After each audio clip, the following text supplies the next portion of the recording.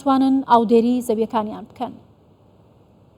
ئەبەو شێوەی تەسەڕفاتیان کردو هەموو بۆڕێکانیان لە بارێک دەری ناو بەجیان هێشت. ساتی تێکدانی مەڕەشە و کەرەستەی کشتتوکاڵی جوتیارانی سەرگەڕانە لەلایەن هێزێکی سەربازی سوپای عێراقەوە. من لەگەر زابتەکەش دانیشتم گوتی دەبی ئەو مڕەشانەی هەرچی هەیە خرکەنەوە بینەوە. مام ئیبراهیم و هەشت جوتیاری دیکە لە کاتی کشتتوکاڵکردن لەسەر زەویەکانیان لەلایەن هێزێکی فیرقەی هەشتی سوپای عێراقەوە لە گوندی شەناخە دەستگیر کران.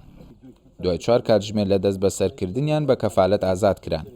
دەبی مڕەشە تا لە ئاودانێ نەکە نەیشکە هیچکەبی هیچکەبی دەرەبایشی بیتن ئەخە کویشی بێ منەوە دەمەستەفەم کودێ کویشی بیت زمانی عرس قومیش ئەو شتی وهانە بووە ئەمنەوەش 56 ساڵە لێرکوانە لە ساری 63 ئەو دەردەمان دەدەنی. جوتیارەکان دوای دەست بەسەرکردنیان لەلایەن هێزەکانی سوپاوە بردراون بۆ بنکەی پۆلیسی سەرگەڕان. دواتر بە کەفالەتی 3 ملیۆن دینار ئازاد کران.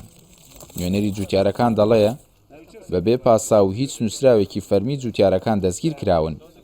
سوپا هەستا هەری کوتە سەر خەلکی گوندەکە ئەوانەی کشتتوکاڵیانە کرد هەمووی لەسەر زەویەکانی گرت بردی تەستیمی شورتەی سەرگەڕانی کرد.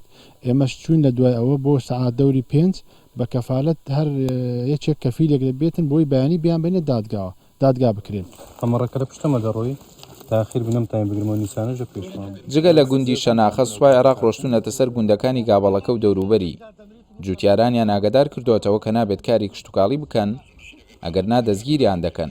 فەوجی 4 هاتە سەر گوندەکەیم ئێمە کە گابەرەکەیە ئەوەی کە دەیبینن بە چاوی خۆتان بەو شێوەی تەسەڕفاتێکی بەحسیانە زۆر بە بێئسلوب زۆر ناشرێن بەڕاستی وەرەو من بەرهەنگاریان بووە زۆر بەتوندی بەرهەنگاریان بووە بەڵام هەموو شتەکان کۆتایی پێهێنا بوو.